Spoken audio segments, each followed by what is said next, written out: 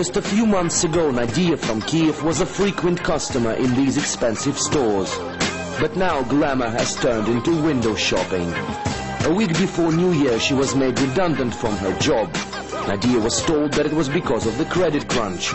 Desperate and still jobless, she does not know what to do next. This job made my life. It gave me money to pay for my education, to buy food, to pay for the flat. It had been giving me everything I had. Ukraine is one of the biggest victims of the world market crisis. The country's economy is almost free-falling. Unlike other Eastern European countries, Ukraine hasn't got an EU lifeline. The number of unemployed dramatically increased by 50% in January alone. The country's industry, and as a result its exports, are suffering the most. Industry has suffered immensely, and millions in towns which depend on work at factories are left without means for survival. In recent months, Ukraine has witnessed dozens of protests. Bakers, doctors, car owners, practically anyone you could think of has been on strike. People queued up in banks to demand easier loans. Some media describe the mood as pre-revolutionary. Kiev's famous Independence Square is again adorned with political slogans. Геть усіх! We are against everyone, say the banners at this little tent camp on Kiev's Independence Square.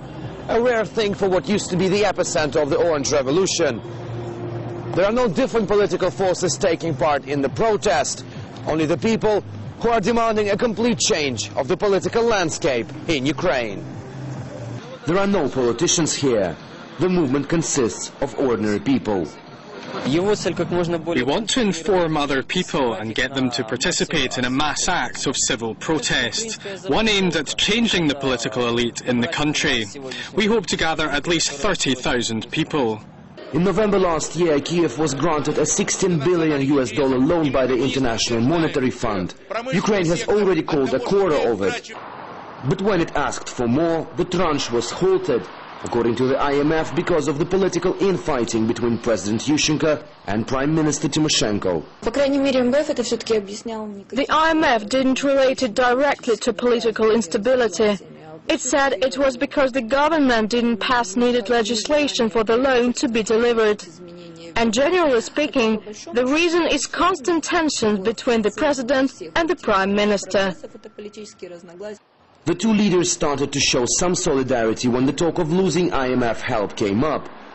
Experts think the money may arrive sooner or later.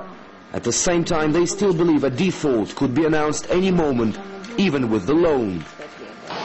Nadia knows she would not see a penny of the IMF relief anyway, and she hates to think she may have to sell her beloved off-roader in order to survive. Alexei Rashevsky, RT, Kiev.